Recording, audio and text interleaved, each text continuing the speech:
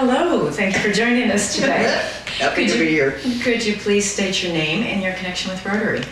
Yes, I'm happy to be here, and my name is Mary Kramer.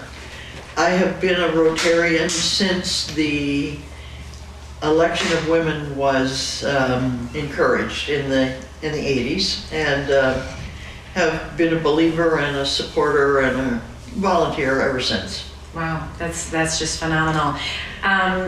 You had just mentioned that you've been involved with Rotary a long time. How long specifically have you been engaged, and then what first attracted you? Well, I can't even tell you what year it was, but it was the year that Rotary International decided to welcome women to membership. Okay.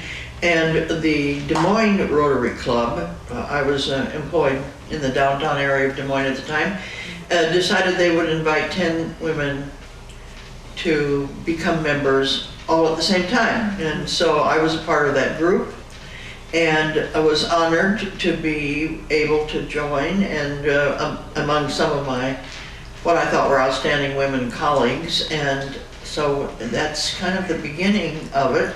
And certainly we were encouraged to become engaged fully with committees and volunteer tasks and all of that immediately. So I thought that was a great thing. It is a great thing. It's quite an honor, and you and Elaine are both still involved with the club, which is wonderful. What was your first role with Rotary?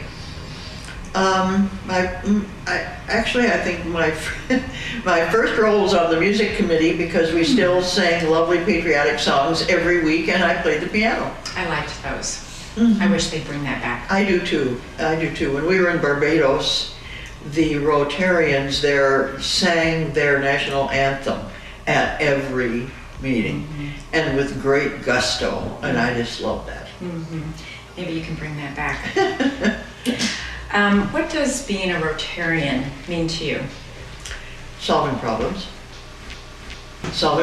just and worldwide, internationally. I am blessed to have had some international experience with Rotary, in that I served as U.S. Ambassador to Barbados in the Eastern Caribbean. And while I was pretty much fully engaged there, my husband, also a Rotarian, became very engaged with the Rotary on all 7 of our small islands. And the comparison of the kind of projects they did versus the comparison to the projects that my club and his club did here said a lot about the worldwide connection. The difference between providing books and reading to children and building public bathhouses gives you a real clue about the economies and the needs of those countries. Different needs, but being fulfilled. Yes. What's your favorite memory to date with Rotary? This is an odd one, but when I first went to Barbados as the U.S. Ambassador, we decided, my husband and I, that we would visit a Rotary Club. And not thinking we needed to really announce ourselves, we just went. Well, I realized at that point they did not include women as members. And so when I walked in, the U.S. Ambassador wearing my Rotary pin, they really didn't know what to do with me. So they sat us at the head table and were wonderfully hospitable. And then, a week later, they invited my husband to join. And so I'm thinking, what's wrong with this picture? But this isn't the thing that I want to confront. And so the new president, the following annual year, invited women to join. And they became very, very active and energized as members of Rotary clubs in the Caribbean after that. Wow, that's a wonderful story. As one of the first U.S. female Rotarians, you were able to... And I didn't have to say a word. Instill that message. Yeah, that's phenomenal. That's a great memory.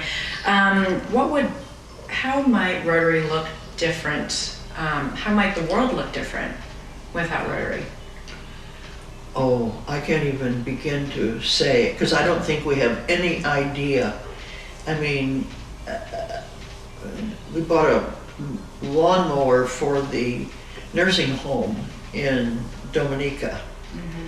So we don't know the number of small and yet important and meaningful projects that Rotaries do around the world. I couldn't begin. Of course, there's the huge polio thing, which is remarkable. And I'm really interested to see how the initiatives around clean water go. Because I think that's a huge public health issue that Rotary probably can attack. Yeah, absolutely. How might Rotary look different without women? I think it would be about half the size and maybe less than half the energy. We bring a lot, don't we? We do.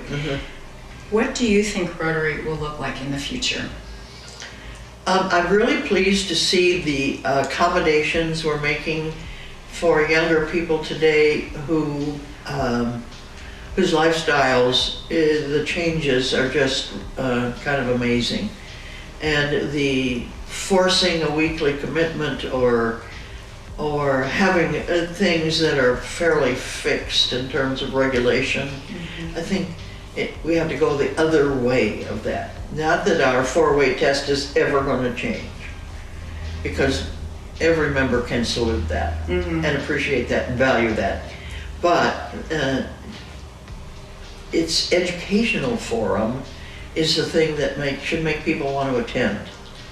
The idea that the podium is an educational forum, as we have less newspaper and less this and less that in terms of public media, these forums are going to become more and more important, and I believe younger people will see that. I really like that perspective. What message would you like to leave for future Rotarians? You can't do everything, but you can do some things. Rotary will always allow you to do some things that matter. Well said. Thank you very much, Mary. My pleasure.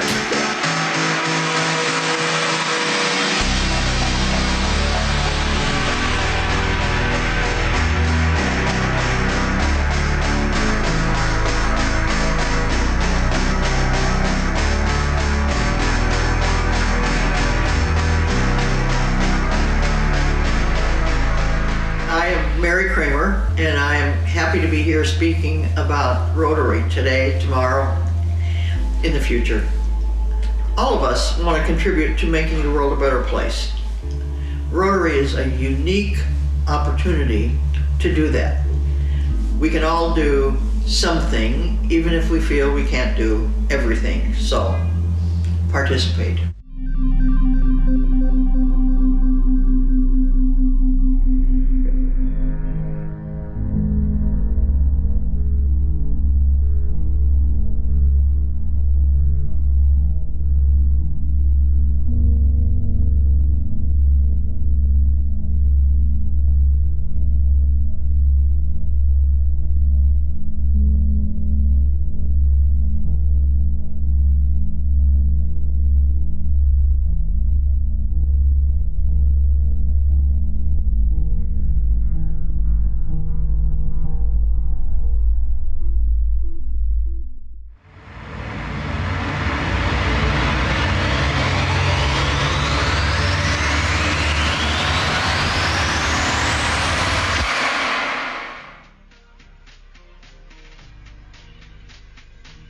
So I got invited by my mom to pursue this angle of community service.